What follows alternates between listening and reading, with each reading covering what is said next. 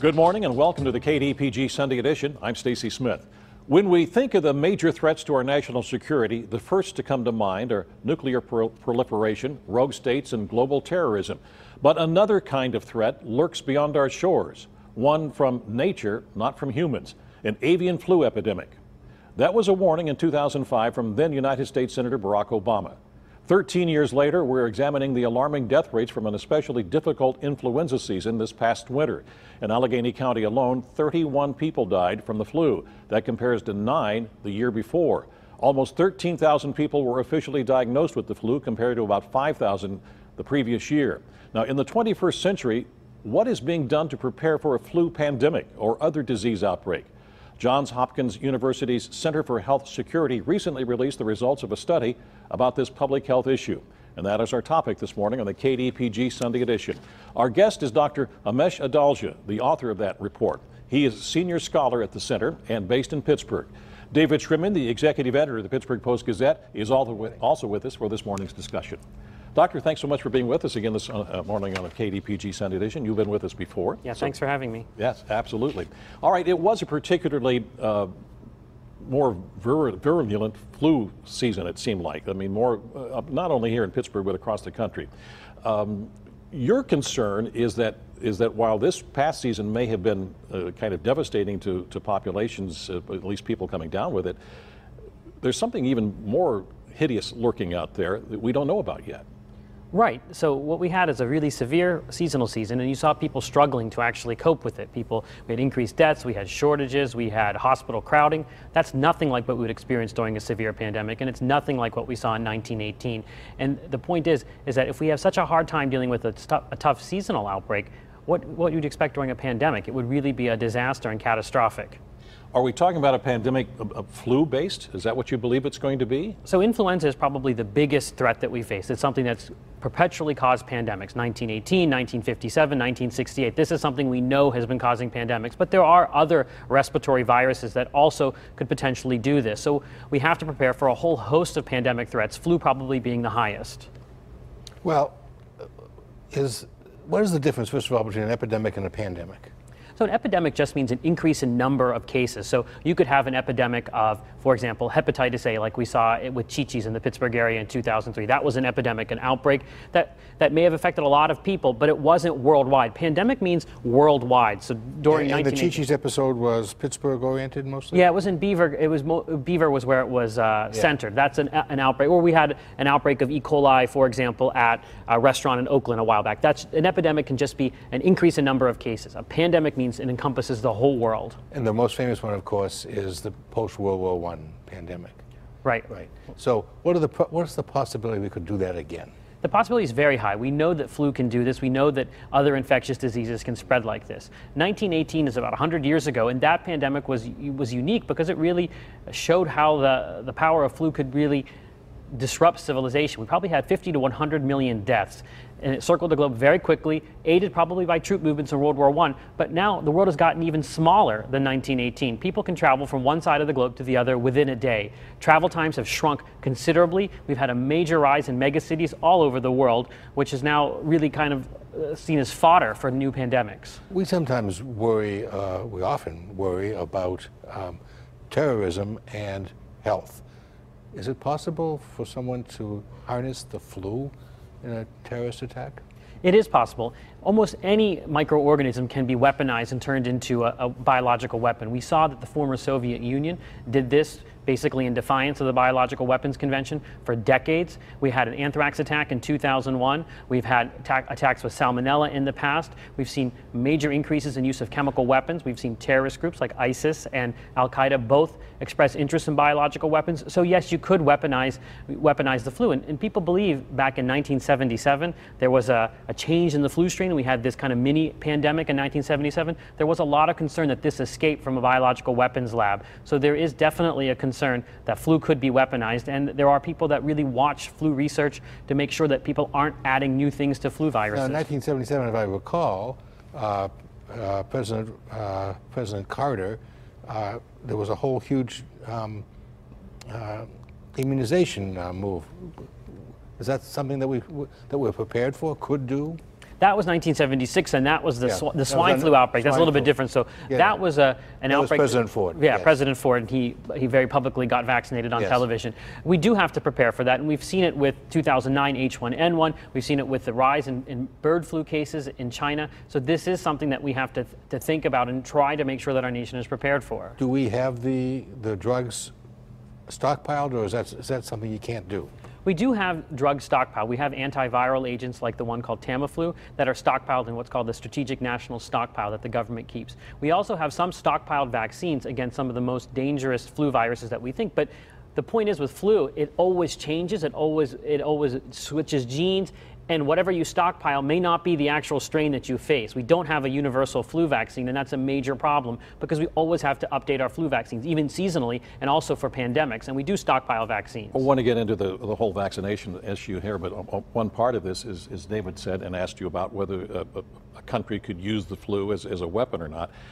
Wouldn't they have to have their own vaccine for that?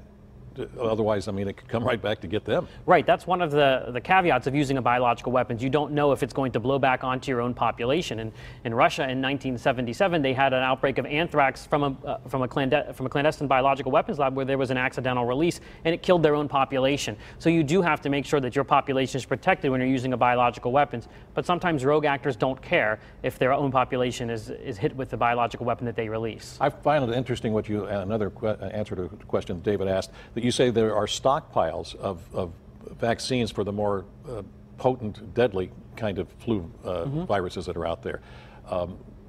The difficult thing you have doing in what you do is predicting which strain is going to be coming around the next year. Isn't that part of the problem? Yes, it definitely is true, and I think that's part of the reason why we had such a severe seasonal flu outbreak the past season, because we made a prediction months before the actual season, and it was wrong. And we do get it wrong sometimes because you're using the best available data at the time, and the lead time to make a flu vaccine is months. It's not days or weeks. You have to start scaling up manufacturing months and months before the flu season starts. So you're making a decision based on old information, and that may change before the season starts. Does every season have only one strain, or could you have 2 or 3 strains a season? Sometimes strains, there can be multiple strains. There's usually one dominant strain. So for this year, we were dominated by the influenza A H3N2 strain. But at the tail end, we started to see cases of influenza B picking up. So you can have more than one strain dominate a season. And our vaccine covers 4 different strains that are predicted to be prevalent that season. All right, now we are going into our summer months here, but in the southern hemispheres, they're going into their winter months. And that seems to be when the flu starts to break. Which cycle do we take a look at? Are they looking at what happens to us and trying to vaccinate their populations based on what happened in the northern hemisphere, or do we take a look at what happens there and try to do it the reverse here? Both, actually. They look at us, we look at them, and try to make the guess that we can based on what circulates in each of those seasons. But again, the fact is we have to make that decision not all the way through their season. We'll make that, they'll be in the middle of their season when we make that decision for what strains to include. So it may not necessarily match what circulates, and that's the problem with the way we make flu vaccines. The same way we made them since the 1940s, where you have this long lead time using chicken eggs, and it's inherent that we're going to have these problems every season until we get better with flu vaccines. Well, is there a better way? There are. We're starting to see more people using recombinant vaccines that are made in cells instead of in chicken eggs, and that allows much quicker, more rapid scale up, as well as it doesn't allow the virus to basically adapt to chicken eggs and kind of become a mismatch. What's the magic of chicken eggs? It was just plentitude. That was an easy way to make flu vaccines in the 1940s when we didn't have cell technology, we didn't have recombinant technology. And that's been basically what we've carried on since the 1940s. But we are getting better using cell-based technologies that are faster and actually less likely to cause mutations in the vaccine virus, so it more closely matches what you start with. What's your lead time that you have to prepare for a flu season? That when you make your guess, okay, it's going to be strain A, H, whatever, in whatever. What's the lead time for the drug companies to start making that? It's several months, so it's going to be on the order of 4 to 6 months before, because they have to scale up to the high, a lot of doses have to be available, and they need time to make sure it grows in chicken eggs. And what we're seeing as investments have been made since 2005 with the threat of avian flu to get more to cell-based manufacturing where you can actually do it much, much quicker and on the fly. And then the other thing is the holy grail is a universal flu vaccine where you just take it once like the measles vaccine and then you're good. How close are we to that? Okay, we'll go ahead and get into it now. I was going to wait for the second.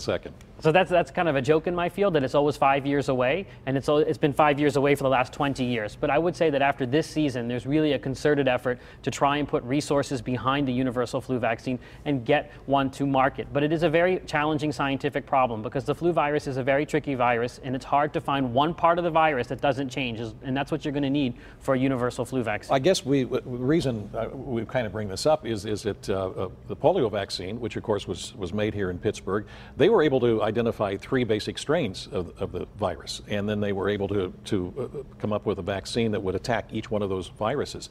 You can't do that with the flu? You can't, because the flu vaccine changes so much. There may be a certain number of strains that are going to cause human infections, but the fact is the flu virus is very tricky, and it mutates the parts of itself that the immune system targets. So even if you know what the strains are, these things change. It drifts. So it's not going to be the same thing every year. And it's not the way polio is much more stable in that sense. There's 3 strains, and they don't mutate that much, and the vaccine works against those strains. With flu, the virus is changing. It's kind of almost like a deck of cards. It's genes, and it can shuffle those genes, and it can change them. It's really probably one of the trickiest viruses. It sounds like it's thinking. Yeah, not to anthropomorphize, but it is something that's highly evolved to infect humans, and it's very successful at doing so, and has been since the time of Hippocrates. When do you start to see this change taking place? During the season itself? Do you see it happen then? Yeah, even during the season itself, or even in an individual body, the strains may evolve inside you. This is something that's constantly trying to make copies of itself and evade the immune response. So it's always going to be mutating. It's just a very unstable virus in that sense. And so when you have it and it mutates inside you, and then it's a respiratory illness, if I'm not mistaken, then all of a sudden, while David has been vaccinated for H whatever it is, I come along and it's one that his vaccine's not ready to handle. I mean, theoretically, that's possible. It doesn't often happen. There are micropopulations in your body of the virus that are changing. It's not that you're going to be infecting people with a mutant virus, although that can happen. We've seen somebody get infected with a drug-sensitive virus and then pass on and get a drug-resistant virus and then pass that on. So it does happen. After you have been infected with the virus, are you immune from that particular strain from that point forward? Yes, you are immune to that particular strain for some time. However, the thing is that strain is probably going to go away. You're not going to get infected with that exact strain again. It's something that happens every year. This flu virus is constantly mixing and changing and evolving. So just because you got the flu naturally one year doesn't mean you're not going to get it the next year. And why winter? Because the virus is something that does better with the humidity and the climate conditions in winter versus summer. And the other thing is people tend to congregate more in winter. They're indoors, they're in malls, they're at home. So there's much more interaction with people in close quarters during the winter as well. So it's both the virus and our own social behavior during winter. We will continue our discussion in just a moment on the KDPG Sunday edition.